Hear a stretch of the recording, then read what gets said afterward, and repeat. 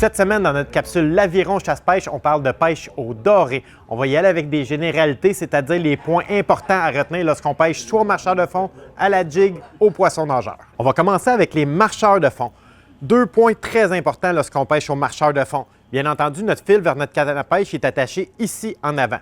Le truc, c'est qu'il ne faut jamais que notre marcheur de fond soit à plus de 45 degrés derrière l'embarcation. Donc, quand on pêche, notre fil, il faut qu'il y ait un angle de 45 degrés. La raison pourquoi, on veut que notre marcheur de fond se promène comme ça, ici.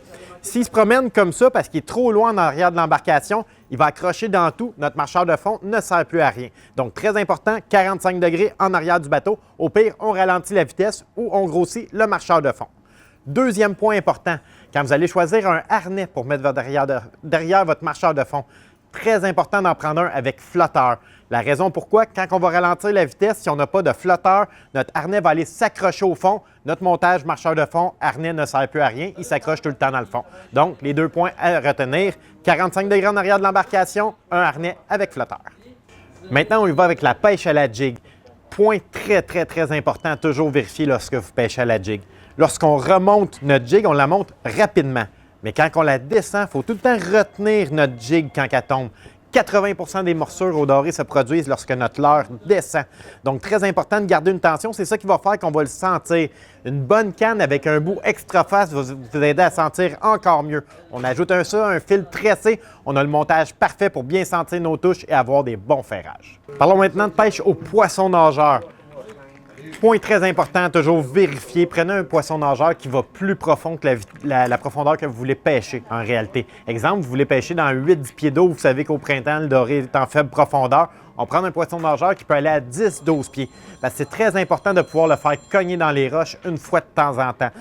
Le doré se cache au fond. Si vous ne cognez pas le fond, vous n'êtes pas à pêcher au doré.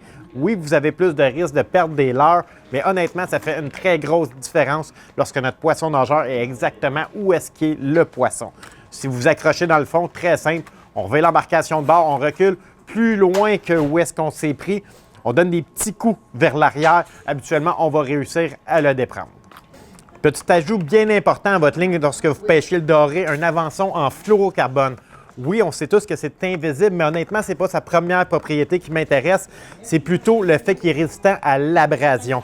Doré, il a des bonnes dents. Notre jig, souvent, il va l'avaler. Fait que les dents vont aller frotter, surtout un gros doré, là, les dents vont aller frotter sur le fil. Un fil tressé, ça n'a aucune résistance à l'abrasion.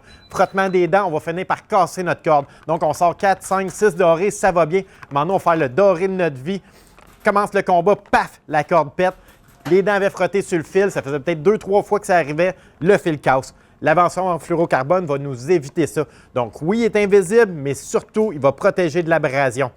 Très important, on fait un nœud double uni pour joindre nos deux fils. On ne met pas un émerillon entre notre fil tressé et notre fluorocarbone. La raison pourquoi, si vous ne vous en rendez pas compte, vous rilez votre fil, l'émerillon s'en vient jusqu'au bout de la canne, vous pétez la céramique au bout de votre canne. Apprenez à faire le nœud double uni, ça vaut à peine, ça demande un peu de pratique, mais honnêtement, ça vaut vraiment le coup. Avant de vous quitter, j'aimerais vous rappeler les petits points importants. Marcheur de fond, toujours à 45 degrés derrière l'embarcation. Lorsqu'on pêche à la jig, on descend tranquillement et le poisson nageur, bien important de toujours le faire cogner au fond. Sur ce, je vous souhaite une bonne pêche. Toujours dans le même spot. 23 pieds de profondeur, fond de sable. Regardez bien ce que je viens de prendre encore une fois. On est sur le lac des Deux-Montagnes, il ne faut pas l'oublier, c'est pas un lac facile. Là. Ils ont faim, l'attaque est vraiment là. Wow! Regardez ça les amis, comment c'est beau. Yes! Okay, filme la tête. Je vais le faire tasser de main tranquillement.